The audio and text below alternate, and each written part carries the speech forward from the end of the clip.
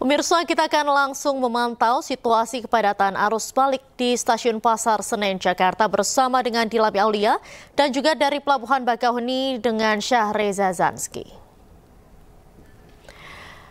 Selamat malam rekan-rekan, kami akan menuju ke Dilami terlebih dahulu. Dilami, apakah di Stasiun Pasar Senen saat ini mulai ramai dengan penumpang arus balik? Ya, selamat sore menjelang malam Diandra ya. Kalau untuk pantauan kami di Stasiun Pasar Senen ini memang cukup ramai begitu ya, untuk yang datang maupun untuk yang akan berangkat. Kalau untuk yang datang ini tepatnya di belakang saya ya, ini adalah kereta untuk kedatangan dari Kutoarjo ini pada pukul 19.00 waktu Indonesia Barat Diandra ya.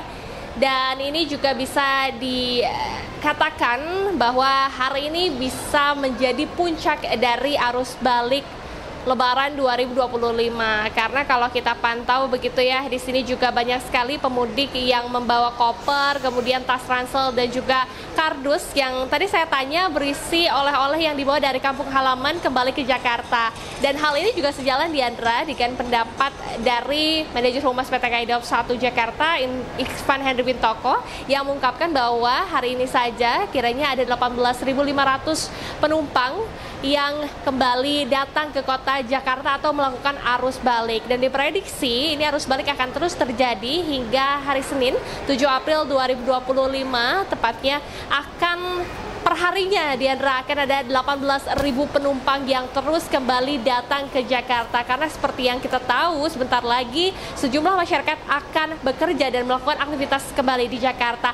Selain kedatangan, keberangkatan ini juga nampaknya cukup tinggi Diandra, sebesar 21.000 penumpang akan kembali ke sejumlah kota di Pulau Jawa. Dan untuk tiket Diandra ini sudah terjual ludes ya, kira-kira 835.000 tiket. Jadi hanya ada tersisa 165.000 tiket. Jadi Diandra ataupun pemirsa yang belum membeli tiket untuk arus balik dapat membeli di Akses by KAI. Kembali ke Anda Diandra.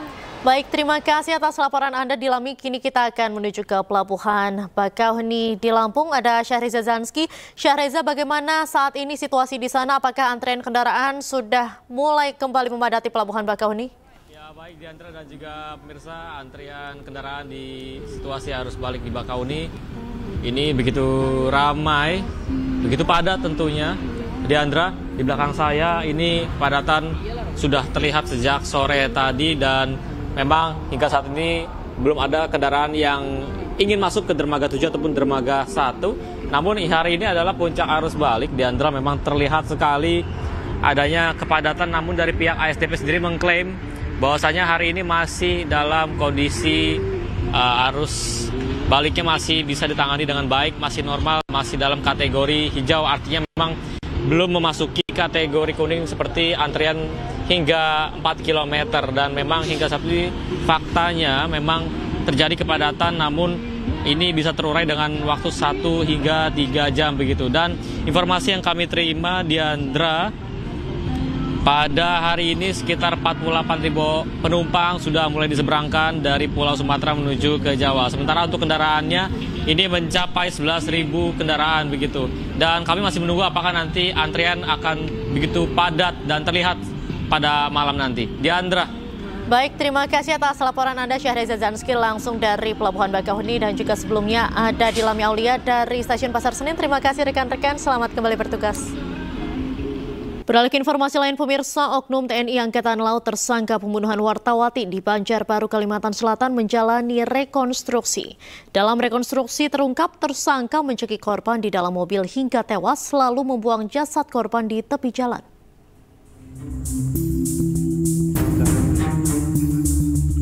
Polisi militer TNI Angkatan Laut menggelar rekonstruksi pembunuhan Juwita, wartawati media online di Banjarbaru, Kalimantan Selatan.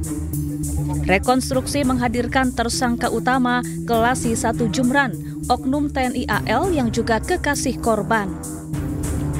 Dalam rekonstruksi yang memeragakan 33 adegan terungkap, korban dibunuh di dalam mobil. Tersangka mencekik leher korban hingga tewas di kursi belakang mobil.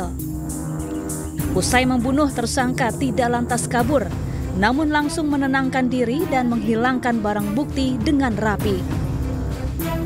Jasad korban kemudian diletakkan di tepi jalan termasuk ponsel dan sepeda motor. Kuasa hukum korban menduga pembunuhan dilakukan secara terencana. Keterangan dari tersangka bagaimana dia melakukan perbuatan pembunuhan sebagaimana pasal 340 tadi. Jadi kalau dilihat tadi memang ada dari keterangan tersangka untuk proses terjadinya pembunuhan, serta ada saksi yang melihat bahwa ada suara pintu, kemudian melihat ada ternyata mobil dan korban. Seperti itu. Makanya ada jeda waktu bertahap, proses itu berbeda dengan 338. Pembunuhan seketika itu akan langsung dilakukan secara otomatis. Artinya seketika itu terjadi pembunuhan. Kalau tadi disetting memang peristiwa itu dari awal sampai diletakkannya jenazah itu atau korban di pinggir jalan. Sekaligus juga menghilangkan beberapa bukti termasuk handphone, kemudian sepeda motor juga dicuci tadi kita saksikan bersama. Nah, itu adalah dalam keadaan dia tenang untuk melakukan perbuatan tersebut. Sebelumnya korban ditemukan bersama sepeda motornya di tepi jalan kawasan Gunung Kupang Kiram, Banjarbaru, Kalimantan Selatan, Sabtu sore 22 Maret 2025 lalu. Sebelum dibunuh, korban diduga mengalami kekerasan seksual oleh tersangka. Di bulan Desember, korban diminta tersangka untuk memesan kamar hotel dengan dalih tersangka lelah usai beraktivitas. Setelah sampai di kamar hotel, korban didorong dan langsung dianiaya. Usai mengalami kekerasan seksual, korban menceritakan ke kakak korban. Dari Banjarbaru, Kalimantan Selatan, Sairi iNews melaporkan. Lalu apakah banjir masih terjadi di Jalan Raya Pantura Jenderal Sudirman, Kota Bekasi? Sudah bersama kami rekan Ahmad Jauhari Lutfi. Halo, selamat malam Ahmad. Lutfi, apakah macet akibat banjir ini masih menggenangi Jalan Raya Pantura? Baik, Diandra dan juga pemirsa ini dapat kami sampaikan untuk kondisi saat ini. Banjir masih merendam ruas jalan Jenderal Sudirman setinggi 30 cm. Yang sebelumnya akses jalur ini terendam banjir 70 cm akibat intensitas hujan yang mengguyur wilayah Kota Bekasi sejak siang hari. Untuk mengurangi kepadatan yang terus terjadi, pihak petugas kepolisian melakukan sistem satu arah dan pihak BMSDA juga pun menurunkan alat sedot untuk melakukan surutnya air begitu. Ya, Diandra, kami juga dapat memperlihatkan untuk kondisi saat ini pihak petugas kepolisian juga masih melakukan pengaturan lalu lintas agar lalu lintas di ruas jalan Jenderal Sudirman ini tidak mengalami kemacetan panjang. Pihak petugas kepolisian juga terus melakukan sistem satu arah agar kendaraan tidak menumpuk di ruas jalan. Untuk mengurangi debit air, pihak BMSDA juga menurunkan satu alat sedot yang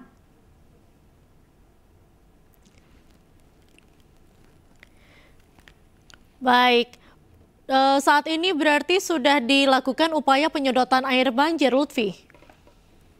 Baik, Diandra. Untuk saat ini pihak BMSDA terus melakukan penyedotan air dan juga melakukan pembersihan di drainase yang berada di ruas jalan Jenderal Sudirman, begitu Diandra.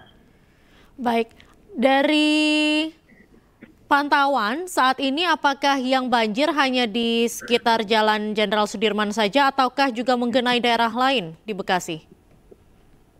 Ya, untuk saat ini banjir merendam hanya di ruas jalan Jenderal Sudirman, begitu Diandra.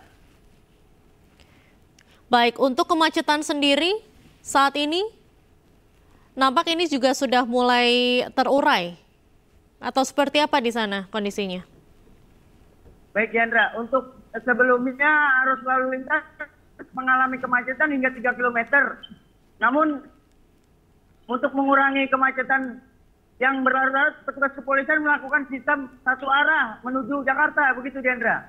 Baik, terima kasih atas laporan Anda, Lutfi, melaporkan langsung dari Bekasi, Jawa Barat. Selamat malam, selamat kembali bertugas. Dan untuk mengetahui situasi terkini arus balik Lebaran sudah ada rekan kami Salam Rahmat di Gerbang Tol Cikatama dan juga Hamzah Hasibuan di Lingkar Gentong Tasikmalaya. Halo, selamat malam rekan-rekan, kita akan menuju ke Salam terlebih dahulu. Salam, apakah kepadatan kendaraan terjadi di Gerbang Tol Cikatama saat ini? Ya, Diandra dan juga pemirsa, untuk kondisi terkini situasi arus lalu lintas di ruas tol Cikatama ini terpantau ramai lancar karena memang saat ini masih diberlakukan skema rekayasa lalu lintas dengan menggunakan one way yang dimulai dari kilometer 459 hingga kilometer 419, kemudian dilanjutkan dengan one way nasional yang dimulai dari kilometer 414 di gerbang tol Kalikangkung hingga di gerbang tol Cikatama di kilometer 70, kemudian dilanjutkan juga dengan kontraflow yang dimulai dari titik kami melaporkan saat ini di kilometer 70 hingga di kilometer 47 karena memang terjadi adanya lonjakan peningkatan jumlah volume kendaraan yang melintas dari arah timur tol Trans Jawa menuju ke arah Jakarta di momen arus balik Lebaran 2025 ini. Dan hingga pukul 7 malam tadi sudah ada lebih dari 73.000 kendaraan yang melintas atau juga mengarah kembali ke Jakarta di momen arus balik. Karena memang ini sudah mendekati dari puncak arus balik Lebaran yang memang diprediksi puncaknya terjadi pada hari esok. Di mana dapat kami informasikan juga kepada Anda, Diandra dan juga pemirsa, bahwa saat ini dari pihak PT Jasa Marga ini membuka sebanyak kurang lebih 28 pintu gardu tol untuk nantinya bisa mengurai antrean kendaraan ketika memasuki di gardu tol Cikampek Utama agar nantinya tidak terjadi adanya antrean kendaraan yang mengular hingga ke belakang. Dan dapat kami informasikan juga bahwa saat ini dari pihak PT Jasa Marga maupun juga dari pihak kepolisian ini sudah membuka jalur fungsional di mana ini merupakan jalur fungsional di Japek 2 Selatan dari arah Sadang hingga ke Bojongbangu kurang lebih sepanjang 31 km yang diharapkan ini tidak terjadi adanya bentrokan pertemuan lalu lintas antara yang arah Bandung menuju ke arah Jakarta maupun juga dengan arah dari arah tol Jawa menuju ke arah Jakarta. Dapat kami informasikan juga kepada Anda, Diandra dan juga pemirsa, bahwa rencananya juga dari pihak PT Jasa Marga ini akan memberlakukan diskon tarif tol kembali sebesar 20% yang akan berlangsung pada tanggal 8 dan juga 9 April mendatang, sehingga ini bisa dimanfaatkan bagi para pemudik yang hendak balik menuju ke Jakarta bisa memanfaatkan diskon tarif tol ini agar nantinya bisa mengurangi beban dari para pemudik yang hendak balik ke Jakarta. Dan dapat kami informasikan juga kepada Anda, Diandra dan juga pemirsa, agar selalu mewanti-wanti ataupun juga selalu melebihkan dana ketika melakukan tap di bagian gerbang tol Cikatama ini agar nantinya tidak terjadi adanya peningkatan ataupun juga antrean kendaraan yang mengular hingga ke belakang akibat kekurangan saldo ketika memasuki di gerbang tol Cikampek Utama ini. Diandra. Baik, terima kasih atas laporan Anda, Salam Rahmat. Kemudian kita akan menuju ke Lingkar Gentong. Di sana ada rekan Hamzah Hasibuan. Selamat malam, Hamzah. Bagaimana situasi terkini di Lingkar Gentong? Apakah terlihat ada kepadatan kendaraan? Ya, selamat malam Diandra dan juga pemirsa. Saat ini kondisi arus lalu lintas di Jalan Raya Lingkar Gentong Tasikmalaya, Jawa Barat terpantau sudah ramai lancar. Setelah sebelumnya terdapat ada sedikit kepadatan dari kendaraan yang melintas di Jalan Raya Lingkar Gentong, kemudian pihak kepolisian ini memberlakukan seperti biasa rekayasa lalu lintas one way ataupun satu arah mulai dari arah Jamanis Tasikmalaya menuju ke tanjakan letter U Gentong. Ini kembali terurai kepadatan yang terjadi di Jalan Raya Lingkar Gentong. Terkait dengan prediksi arus balik, Diandra dan juga pemirsa, pihak kepolisian menyebut bahwa tanggal 6 hingga 8 April 2025 ini diprediksi tingkat kepadatan dari kendaraan akan meningkat. Namun jika kami lihat dari beberapa hari kemarin sejak tanggal 3 bahkan tanggal 4 kemarin ini juga, Diandra, jumlah kendaraan yang melintas di Jalan Raya Lingkar Gentong ini sudah mencapai 90.000 lebih kendaraan, di mana didominasi oleh kendaraan yang menuju dari arah Tasik kembali ke arah Bandung, Jawa Barat. Bahkan hingga hari ini, Diandra, hingga Sabtu sore tadi sekitaran 50.000 lebih kendaraan ini sudah melintas di Jalan Raya Lingkar Gentong. Ini menandai momen arus balik sudah terjadi di Jalan Raya Lingkar Gentong dan diprediksi akan terus meningkat jumlahnya mendekati tanggal-tanggal puncak arus balik mudik 2025. Selain itu, Diandra dan juga pemirsa, ini beberapa hari terakhir kami memantau bahwa cuaca selalu hujan mulai dari siang hingga malam hari, di mana ini juga menjadi imbauan bagi para pemudik khususnya kendaraan roda 2 ini untuk selalu berhati-hati dan juga membawa perlengkapan berkendara di saat hujan. Selain itu, fisik dan fokus juga ini disampaikan untuk terus terjaga dan untuk terus prima karena medan ataupun jalanan di Jalan Raya Lingkar Gentong ini cukup ekstrim. Terdapat salah satu titik yaitu letter U Gentong yang memiliki tanjakan dan turunan yang cukup curam sehingga masyarakat dihimbau untuk selalu berhati-hati ketika melintas di Jalan Raya Gentong. Sementara itu, Diandra. Baik, terima kasih atas laporan Anda, Hamzah Hasibuan melaporkan langsung dari Lingkar Gentong. Kemudian juga sebelumnya ada salam rahmat dari gerbang tol Cikatama. Selamat malam, selamat kembali bertugas rekan-rekan. Sementara itu pemirsa, ASDP memprediksi malam ini akan menjadi puncak arus balik lebaran di Pelabuhan Bakauheni, Lampung. Sebanyak 35.000 kendaraan dari Pulau Sumatera akan menyeberang kembali ke Pulau Jawa. Kami prediksi hari ini H+4 Lebaran itu adalah arus balik masyarakat dari Sumatera ke Pulau Jawa, dan tercatat sampai dengan pukul 16.30 masyarakat yang sudah reservasi untuk kembali ke Jakarta ke Pulau Jawa itu sudah sekitar 30.000, dan ini akan terus meningkat sampai nanti malam, dan kami prediksi malam ini adalah puncaknya arus balik. Kami prediksi sekitar angkanya 35 ribuan kendaraan yang akan melintas dari Sumatera ke Jawa.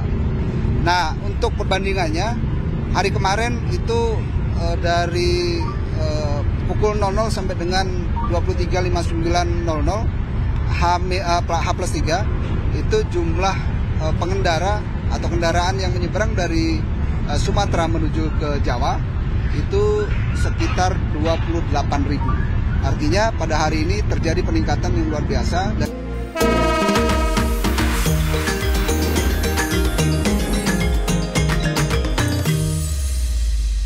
Pemirsa, pastikan kesiapan layanan sambut puncak arus balik Lebaran. Kapolri meninjau res area kilometer 456 di wilayah Salatiga serta Stasiun Tawang, Semarang, Jawa Tengah. Kapolri Jenderal Listio Sigit Prabowo mengawali kunjungan dengan meninjau res area kilometer 456 di wilayah Salatiga, Jawa Tengah untuk memastikan kesiapan layanan bagi para pemudik serta mengawasi pengelolaan rekayasa lalu lintas jelang puncak arus balik 2025. Dalam kesempatan itu, Kapolri juga berinteraksi dengan sejumlah pemudik.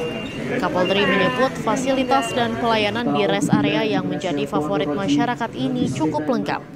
Setelah itu, Kapolri juga meninjau Stasiun Tawang, Semarang, Jawa Tengah. Kapolri meninjau pos pengamanan dan sejumlah titik lainnya. Ia juga menyerahkan bantuan sosial secara simbolis kepada petugas. Assalamualaikum warahmatullahi wabarakatuh. Salam sejahtera untuk kita semua ya. Ada di Jawa Tengah, dan juga kita akan terus ikuti. Memang one way nasional kita jadwalkan besok, namun demikian tentunya kita juga akan menyesuaikan dengan dinamika di lapangan, sehingga kemudian kalau memang dari hitungan yang ada dengan beberapa indikator yang kita siapkan memang harus lebih cepat kita melaksanakan one way nasional, maka akan kita informasikan, akan kita sosialisasikan sehingga masyarakat siap-siap, dan pada saat one way kita lakukan secara lebih cepat, masyarakat pun bisa terinformasi di awal. Bukan itu? Cukup ya? Pemirsa, puluhan ribu pemudik kereta api diberangkatkan dari Stasiun Tugu, Yogyakarta usai berlebaran di kampung halaman. Jumlah keberangkatan pemudik diprediksi terus meningkat hingga malam nanti.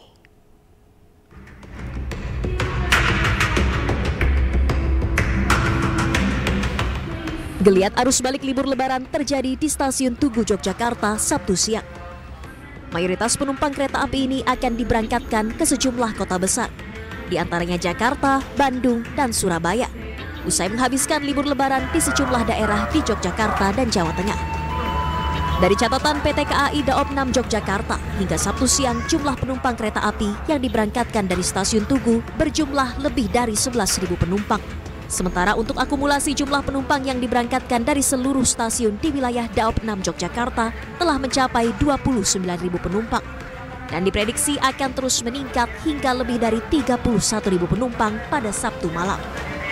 Dari Stasiun Tugu Yogyakarta, kami memberangkatkan sebanyak 11.000 pelanggan dan secara global di Daop 6 Yogyakarta kami memberangkatkan sebanyak 29.000 pelanggan dan ini akan bertambah terus hingga tengah malam nanti. Kami memprediksi akan memberangkatkan sebanyak 31.000 pada hari ini.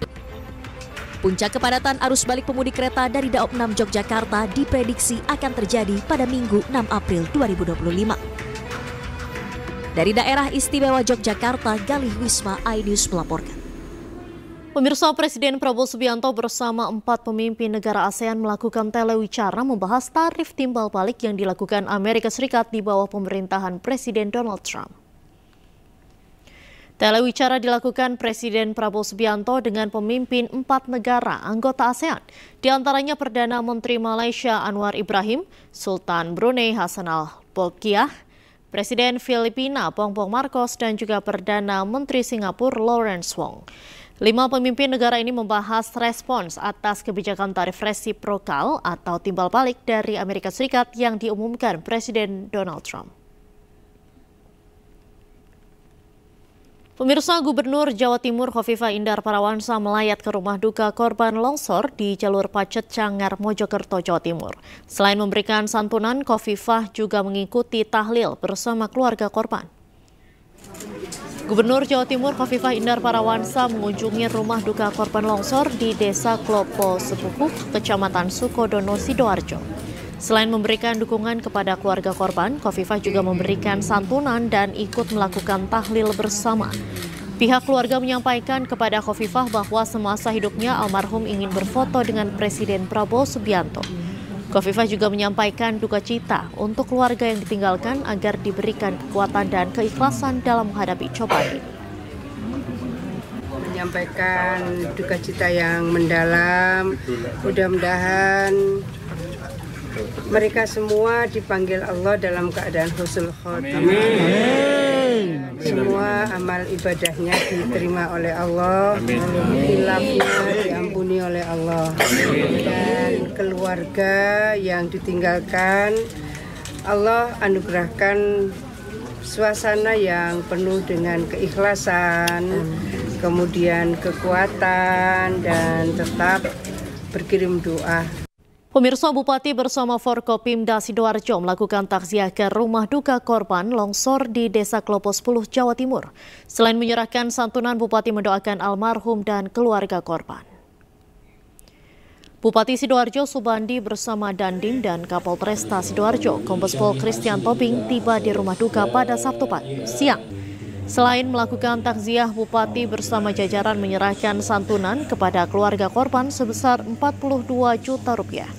Santunan tersebut berasal dari BPJS Ketenagakerjaan karena almarhum menjabat sebagai Ketua RT. Sementara korban longsor di Pacet mendapatkan santunan dari Badan Amil Zakat Nasional. Pekerjaan RT RW mendapatkan BPJS Ketenagakerjaan. Nah, tentunya hari ini ada musibah, ini bisa dimanfaatkan untuk ahli waris. Ya. Nah, mudah-mudahan nanti ini bermanfaat, terutama penghargaan kepada pemerintah nanti. Itu yang kita sampaikan. Nilainya tuh? Kalau untuk kematian 42 juta ya, 42 juta ya. 42 juta. Sebelumnya 7 jenazah pemudik yang tewas tertimbun longsor dimakamkan di tempat pemakaman umum Desa Pasegan, Sidoarjo, Jawa Timur. Ketujuh korban tersebut merupakan satu keluarga yang berada dalam satu mobil.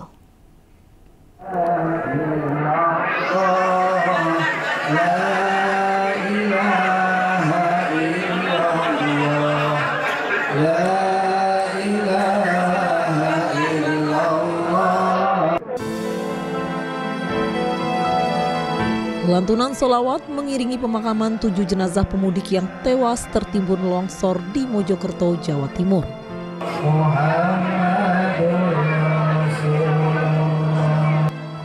Keluarga yang ditinggalkan pun menangis di atas peti mati jenazah korban. Usai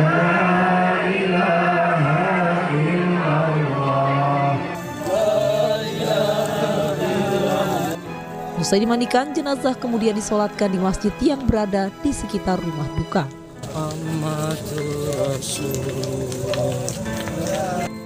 Jenazah dimakamkan di tempat pemakaman umum Desa Pasegan, Sidoarjo, Jawa Timur.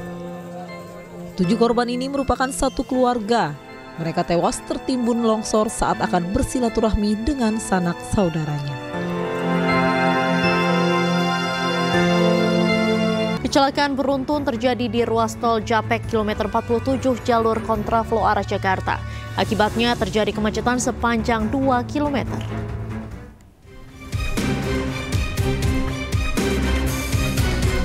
Kecelakaan beruntun antara 2 minibus terjadi di jalur kontraflow ruas tol Jakarta Cikampek kilometer 47 arah Jakarta Sabtu siang.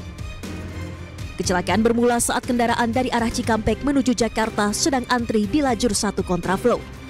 Tiba-tiba kendaraan minibus di depannya mengerem mendadak hingga tertabrak di bagian belakang. Akibatnya kedua kendaraan tersebut ringsek. Kecelakaan terjadi saat volume kendaraan di ruas tol tengah meningkat dan arus lalu lintas tersendat. Sementara pengemudi kurang antisipasi. Tidak ada korban luka dalam kecelakaan ini dan kendaraan yang rusak akibat kecelakaan langsung dievakuasi petugas menggunakan mobil derek. Akibat kecelakaan terjadi kemacetan di jalur kontraflow mengarah ke Jakarta hingga sepanjang 2 km. Dari Karawang, Jawa Barat, Rudi Setiawan, iNews melaporkan. Untuk mengetahui situasi terkini pantauan arus balik, kita sudah terhubung dengan rekan Mujib Praitno di jalur Lingkar Nagrek. Halo, selamat malam Mujib, bagaimana suasana terkini di sana? Apakah kepadatan kendaraan masih terlihat? Diandra dan juga pemirsa saat ini hingga pukul saat ini kepadatan masih terus terjadi di wilayah Nagrek, terutama dari arah Lingkar Nagrek menuju ke arah Cicalengka. Dari kepadatan terjadi sejak tadi siang dan berlanjut hingga malam ini. Sempat terjadi sempat lancar, cuman karena volume dari yang datang dari arah volume kendaraan yang datang dari arah Garut kemudian Tasik tetap tinggi, maka terjadi antrian kendaraan Lingkar Nagrek. Seperti terlihat sebelah kanan saya itu adalah penyempitan ruas jalan yang terjadi ketika keluar dari Lingkar Nagrek, asalnya 4 lajur kemudian berubah menjadi 3 lajur dan lebih menyempit lagi ke arah Cicalengka menjadi 2 lajur.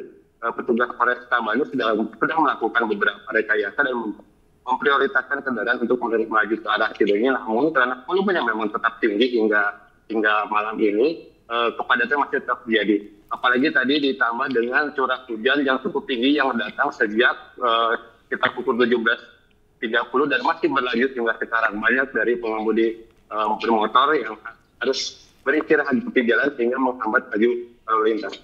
Begitu, Diana. Baik, Mujib, sementara itu untuk tren pemudik sendiri apabila berkendara itu lebih banyak di pagi hari, siang atau malam hari? Ya, nampaknya memang tren pemudik saat ini memilih untuk pulang kembali ke daerah asalnya, memilih antara waktu pagi hingga siang. Tapi karena ada beberapa tempat peristirahatan yang memang mengarah di jalur selatan, rata-rata perjalanannya menjadi agak panjang dan mereka akhirnya menumpuk di sekitar pukul 3 hingga pukul 5 sore dan berlanjut hingga malam. Jadi kita bisa perhatikan sejak arus balik ini terjadi, volume kendaraan itu cenderung meningkat dari sore hingga menjelang malam. Begitu, Diana. Baik, terima kasih Mujib melaporkan langsung dari jalur Nagrek. Selamat malam, selamat kembali bertugas. Pemirsa, sepasang pengantin di Karawang, Jawa Barat, tepatnya di kilometer 56 ruas jalan tol Jakarta Cikampek memanfaatkan momen arus balik Lebaran untuk jadi tema dan lokasi foto pernikahan. Informasi ini sekaligus menutup kebersamaan kita dalam iNewsroom hari ini. Temukan informasi-informasi terbaru lainnya di www.inews.id. Cuplikan tayangan berita iNews dapat Anda saksikan di kanal YouTube @officialinews. Sesaat lagi rekan saya akan hadir dalam program iNews Malam dan mewakili kerabat kerja yang bertugas. Saya Diandra Mukni pamit undur diri. Terima kasih dan sampai jumpa.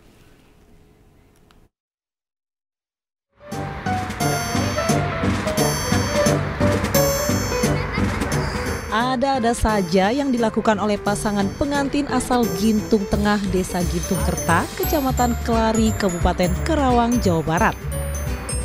Pengantin ini melakukan foto pernikahan dengan memilih tema unik, yaitu Arus Balik Lebaran 2025. Meski menjadi tontonan ribuan pemudik yang melintas di kilometer 56 ini, pasangan Sinta dan Saban tetap menikmati berfoto dengan gaya yang mesra. Menurut Sinta, ia ingin mengabadikan foto pernikahannya berbeda dari orang lain. Lokasi foto yang bersebelahan dengan rumah, yakni jembatan penyeberangan tol Jakarta Cikampek kilometer 56, juga membuat keduanya semakin mudah melakukan foto pernikahan. Karena tempatnya bagus, nyaman, dan juga ini lagi kebetulan kan deket ya di samping. Rumahnya di samping? Ya, di samping acaranya. Rumahnya di samping? Ya, di samping. Nanti kita ada sesi foto outdoor jadinya. Outdoor. Kebetulan kan ini lagi arus mudik nih. Iya. Agak ramai mobil. Jadi ya dibawa aja ke sini gitu. Dibawa kebetulan pengantin juga pengen di tangga katanya. Ide mendadak. Mendadak spontan? Iya, spontan langsung. Selain hemat biaya dan waktu, tempat ini juga ia jadikan sejarah kelak untuk anak cucunya, di mana ia bisa berfoto dalam suasana unik dan menarik di tengah kemacetan arus balik Lebaran 2025.